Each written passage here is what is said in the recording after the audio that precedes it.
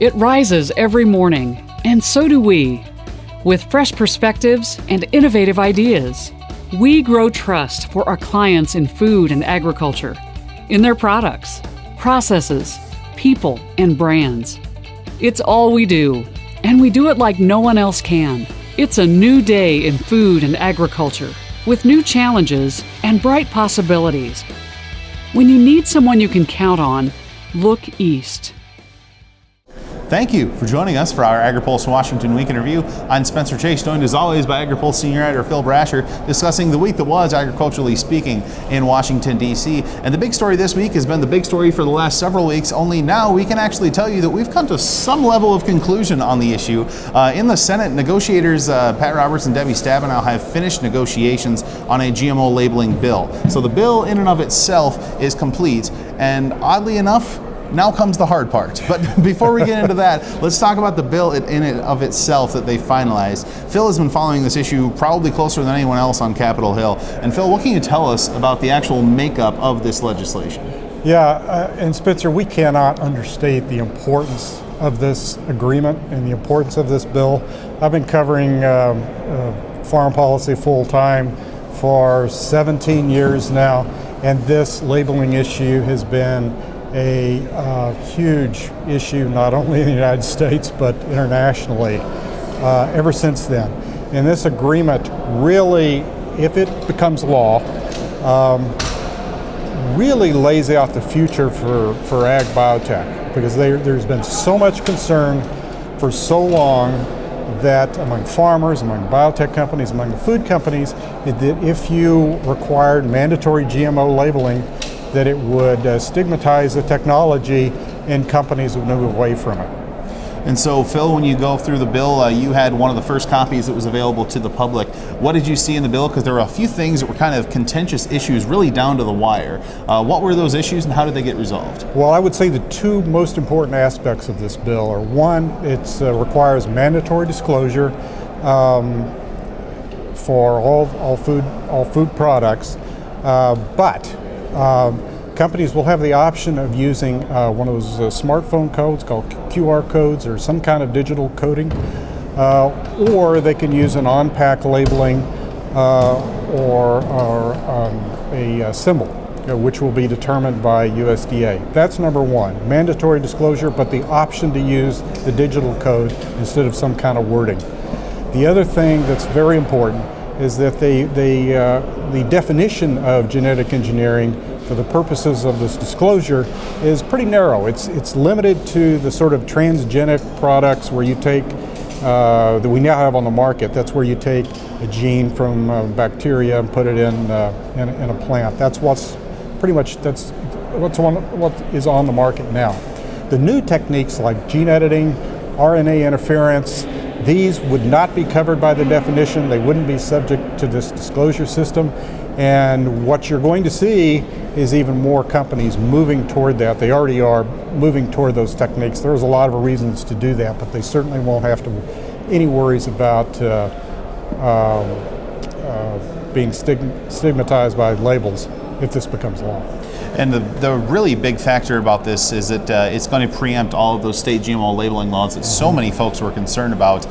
Even on both sides of the issue, I think there was pretty much unanimous consensus that a state-by-state GMO labeling system simply would not work. And this bill kind of allows for that, a national level of uniformity as well. Yeah, it says states could still pass their own laws, but they have to be identical to the federal standards. Now, we could continue to go further and further down the rabbit hole as far as what is and what isn't in this bill, but quite frankly, some of those things are just better explained via print than they are via voice. So we've got some write-ups online at agripulse.com. We've also got a link to the bill language. I'd encourage you, if you're looking to take a deeper dive on the bill, that'd be a good place to do it.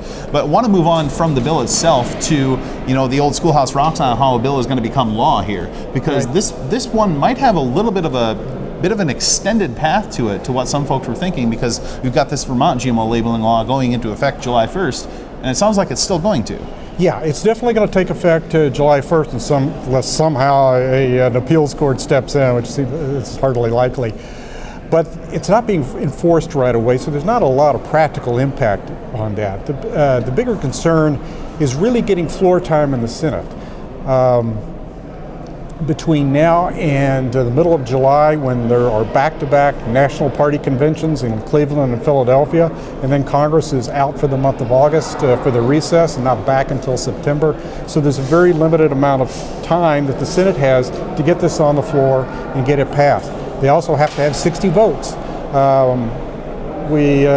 Spencer, you and I were both. Yeah, we were talking to some key Democrats on this issue, and really it seems like folks are they're not for or against the bill at this point. They just need to learn a little bit more about it. Kind of an inconclusive reaction that we got from those key Senate Democrats, and they're going to be really critical if this vote is going to get over the hump. Well, it was very early. We actually knew more about what was in the bill than the senators themselves. They needed some time to look at it.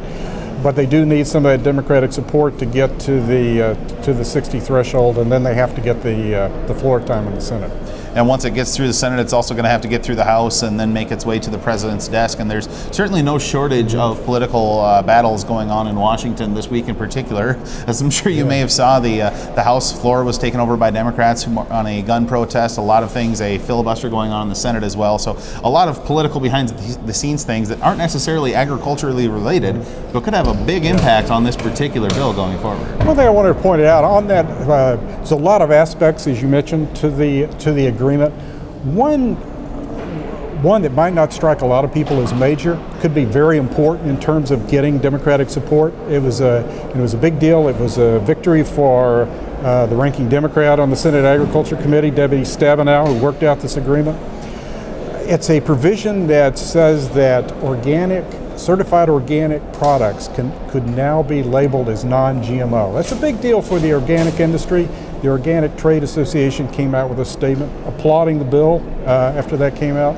So it's those kinds of things can bring in critical votes and get this and potentially get this bill to that 60 vote threshold.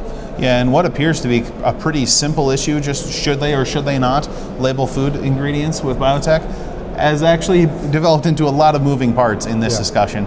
A lot of different things that went into this bill, and a lot of different things that are going to go into the process of approving this bill going forward. And we'll be sure to be the leading voice in Washington, covering all aspects of this bill from here on until it's eventually passed or eventually signed by the president. Possibly. Possibly. And then USDA's got a couple of years to write all these regulations that the company is going to have to follow. So today is not necessarily the finish line, but it is a big accomplishment for Senate negotiators that they were able to get this bill done. But their work has kind of just begun on this, and we'll be sure to follow it every step of the way here at Agri-Pulse.com. But I think that's going to do it for this week. For Phil Brasher, I'm Spencer Chase. Have a good one.